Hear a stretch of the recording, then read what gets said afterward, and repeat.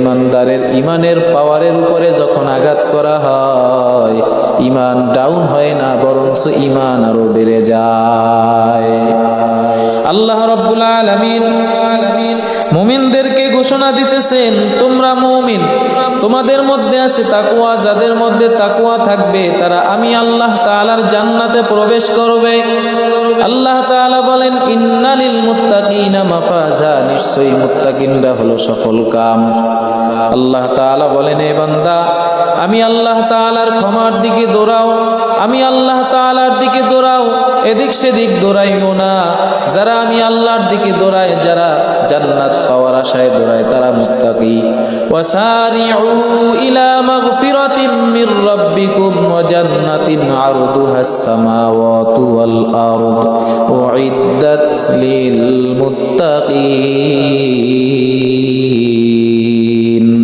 আল্লাহ তাআলা বলেন, আমার দিকে দৌড়াও, আমার জান্নাতের দিকে দৌড়াও, আমার ক্ষমার দিকে দৌড়াও।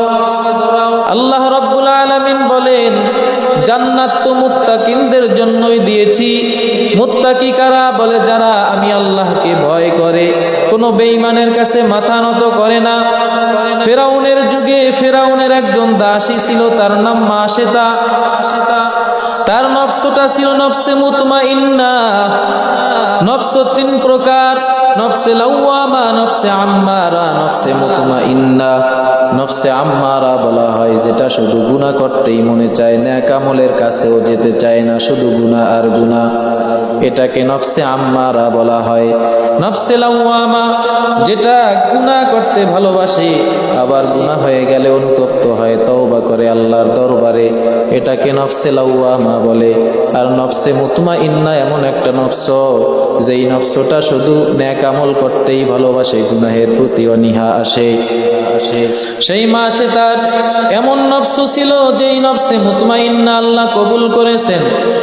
ফেরাউনের পালক একজন কন্যা ছিল, ওই কন্যার মাথা আশ্রাইতে গিয়া মাসে তার হাত থেকে তার চিরুনিটা মাটির মধ্যে পড়িয়া গেল।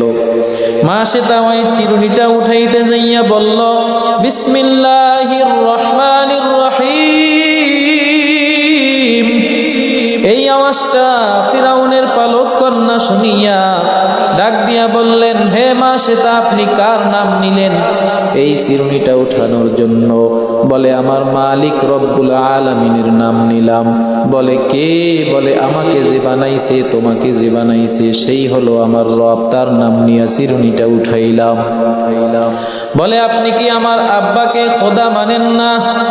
আমার আব্বা তো ঘোষণা দিয়েছেন, আনা রব্বুকুমুল আ'লা, আমার মতো বড় খোদা কেউ নাই। এবার মাশেতা ডাক দিয়া কয়, আমি তোমার আব্বুকে খোদা মানি না, কশ্চিনকালেও মানি নাই। এবার ওই ফেরাউনের পালক কন্যা ফেরাউনের কাছে গিয়া যখন বলল, ফেরাউন মাশেতাকে ডাক দিয়া বলল, তুমি কি এটা বলেছো? বলে, হ্যাঁ।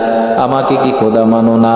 মাশেতা ডাক দিয়া কয়, আমার জীবন চলে যাবে তারপরেও আমি তোমাকে খোদা মানি না, কারণ তোমাকে আমাকে বানাইছেন তিনি হচ্ছেন আমার আল্লাহ।